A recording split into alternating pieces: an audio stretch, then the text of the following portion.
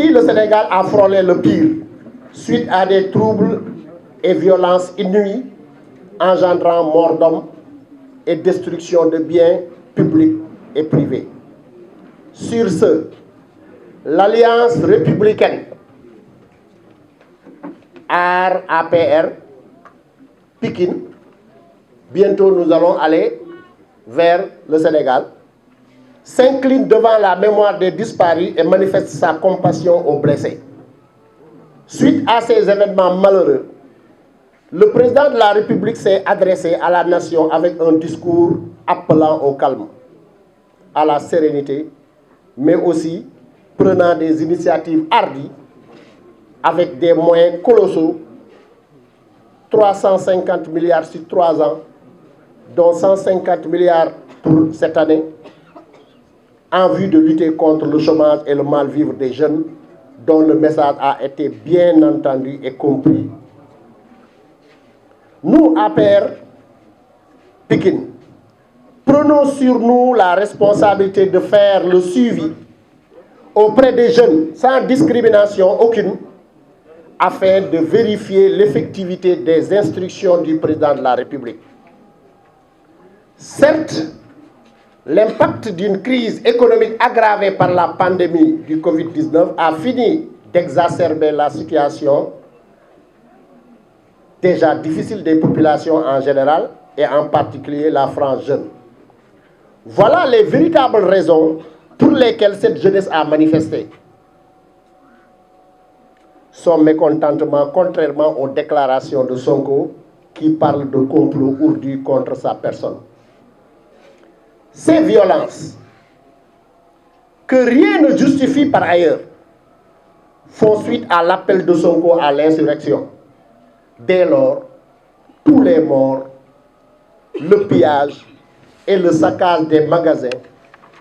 des stations-service sont à mettre sur sa conscience et sa responsabilité. Tous les morts, les saccages, les pillages sont à mettre sur sa conscience et sa responsabilité. Il est le seul et unique responsable de cette situation macabre que vient de traverser notre pays. Il faut rappeler que sa convocation par les autorités judiciaires fait suite à une plainte déposée par une certaine citoyenne sénégalaise, Son refus catégorique de déférer à la convocation témoigne de son manque de respect envers les institutions de ce pays, représentées par le président de la République, l'Assemblée nationale et le pouvoir judiciaire. Ça ne nous étonne pas parce qu'il est un coutumier des faits. À cet égard, AR-APR Pikine, en toute liberté et responsabilité, forte de ses convictions et de sa confiance toujours renouvelée à son Excellence Macky Sall, président de la République, se donnera les moyens de débusquer et d'annihiler de telles stratégies. Pour finir, AR-APR Pikine dénonce avec la dernière énergie la tentative de déstabilisation des institutions de la République et attire l'attention du président de la République sur la nécessité d'apporter un changement radical dans les styles de management de nos différentes structures publiques. Une organisation politique doit d'abord être un cadre large de réflexion, d'orientation, mais ensuite une cellule de veille et d'alerte pour éviter toute manipulation faite sur l'opinion. Et sur ce, nous prendrons toutes nos responsabilités. Donc, vive le Sénégal. Nous koy jaale aussi sunu bopp parce que Sénégal ñun ñëpp ñoo bokk ndey ñoo bokk baay fu nit wàccee liggéey nekk sénégalais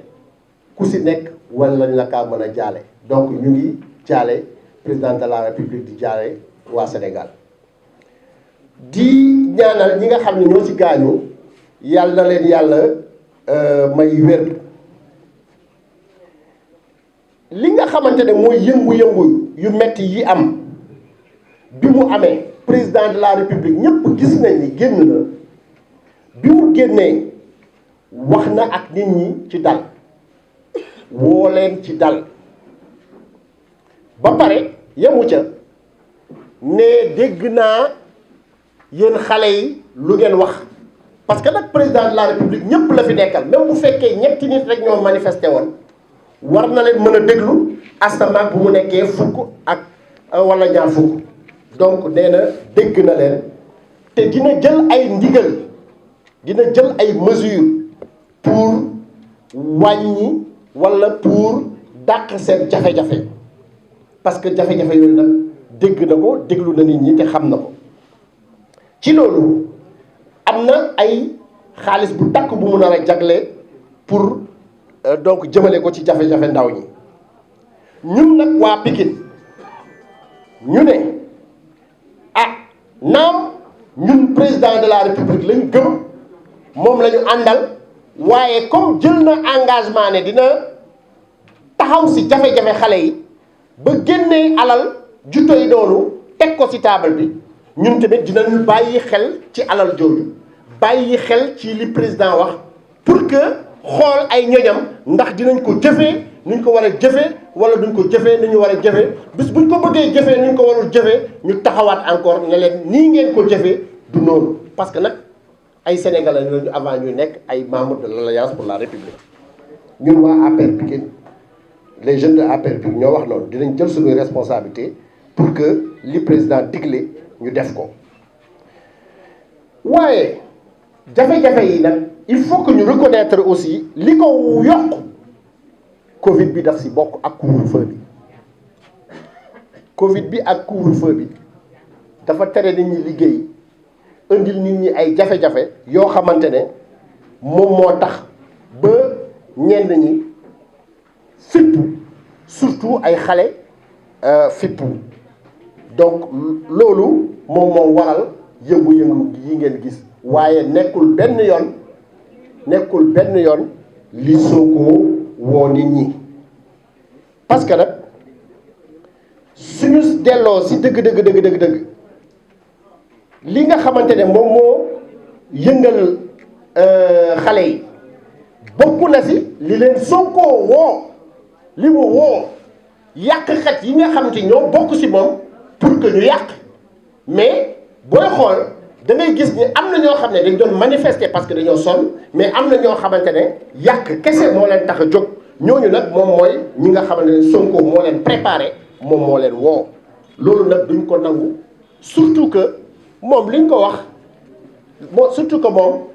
moom ak benn xale bu jigéen ñoo ko seq xale bu jigéen bi moo déposé plainte waxuñu ni li xale bu jigéen wax dëgg la waxuñu ni li moom tamit li mu wax dëgg la mais li ñu wax mooy su la yoon woowee demal nga wuy yi ba yoon setal la su yoon ne yow yaa ko def ñu xam ne yaa ko def su yoon ne defoo ko bu boobaa yoon xam na lu muy dalee ci xale bu jigéen bi nga xamante ne moo ko jiit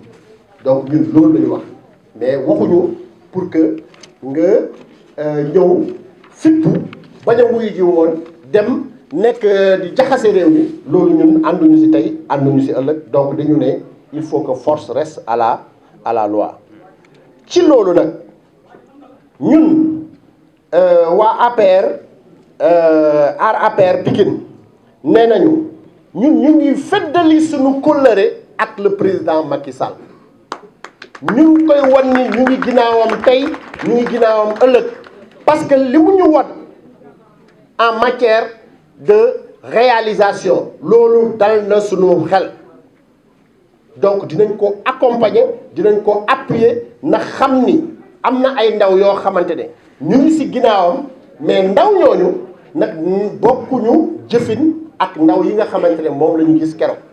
mais buñ leen toppoo ci seen jikko xëy na Sénégal day yàqu te Sénégal bu yàqoo ñun ñëpp ñooy perte te ñun nangu ku ñu yàqal suñu Sénégal donc loolu mooy li nga xamante ne wax nañ ko ci déclaration boobu ñu ne nag président de la République na xoolaat bu baax li tubaab di wax management des structures politiques c'est-à-dire ñi nga xamante ne ñoom ñoo ŋànk réew mi muy ay parti politique muy ay institution président de la République na gën a bàyyi xel seen doxalin pour fexe nu seen doxalin méngoo ak bëgg-bëgg askan yi donc président de la république ñu ngi koy wax ñu ngi koy ñaan loolu di ko wax ni organisation politique yi muy parti politique yi dañoo war a nekk ay béréb yoo xamante ne dañ fa war a xalaatee nasee fa nocc fa li nga xamante ne moom mooy jëmale réew mi kanam ba pare di saytu di xool di sàmm pour que ñi nga xamante ne dañuy jaxase ni xelu nit ñi duñu am ndam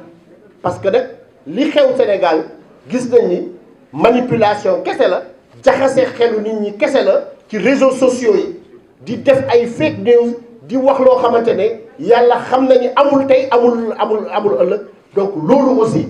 bokk na si li nga xamante ne moom moo tax xale yi génn parce que xale yi dañoo dugal seen xel loo xamante ne bokkul ak dëgg donc ñun tamit suñu parti yi war nañu góorgóorlu teg ay mécanismes yoo xamante ne dinañ mën a contrer ñi nekk si réseaux sociaux yi pour que suñu waxee lu dul dëgg ñu génnee dëgg bi teg ko fa